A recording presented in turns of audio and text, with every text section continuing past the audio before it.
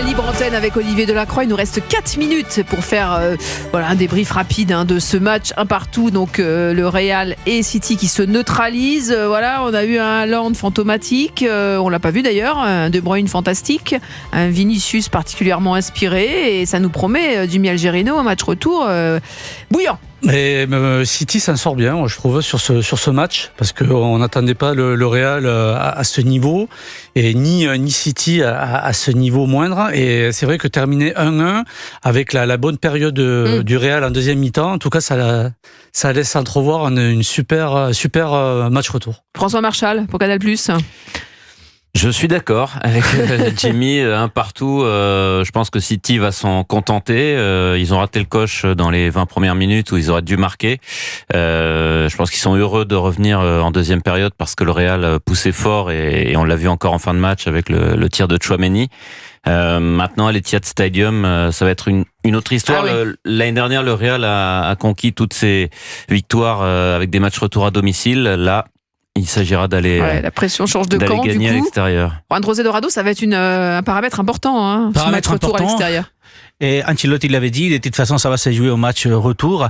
Et maintenant, si le Real passe en finale, ça sera vraiment un exploit pour le Real, parce que City était favori entre guillemets aujourd'hui, mais il le sera encore plus dans une semaine, mercredi prochain.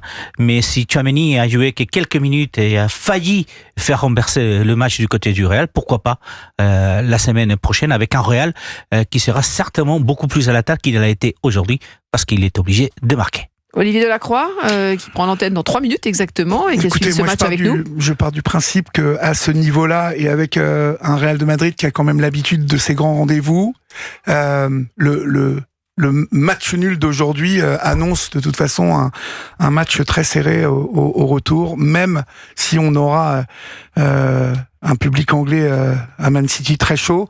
C'est quand même le Real de Madrid et bien malin qui peut désigner celui qui ira en finale à Istanbul. C'est tout l'enjeu, toute la force et la puissance de ces belles affiches de Ligue des Champions. Juan José Dorado, qu'est-ce qui pourrait faire la différence selon vous? Que va faire Ancelotti? Il va procéder à des petits recadrages là. Écoutez, moi, rapidement, je pense qu'il va y avoir un recadrage au niveau de la défense, puisque Militao va revenir. Donc Militao, Rudiger dans le centre dans l'axe de la défense, avec Alaba sur le côté gauche. Il va faire remonter peut-être Camavinga au milieu de terrain avec Valverde. Ça sera un faux 4-4-2, mais en puissance d'attaque assez important, avec un Camavinga beaucoup plus avancé, avec la technique de Modric, et puis le Benzema, Vinicius, Valverde, qui pourront faire la différence. Il va y avoir des changements de toute façon pour la semaine prochaine. Et du côté de City, on va peut-être poser la question, où était Haaland ce soir?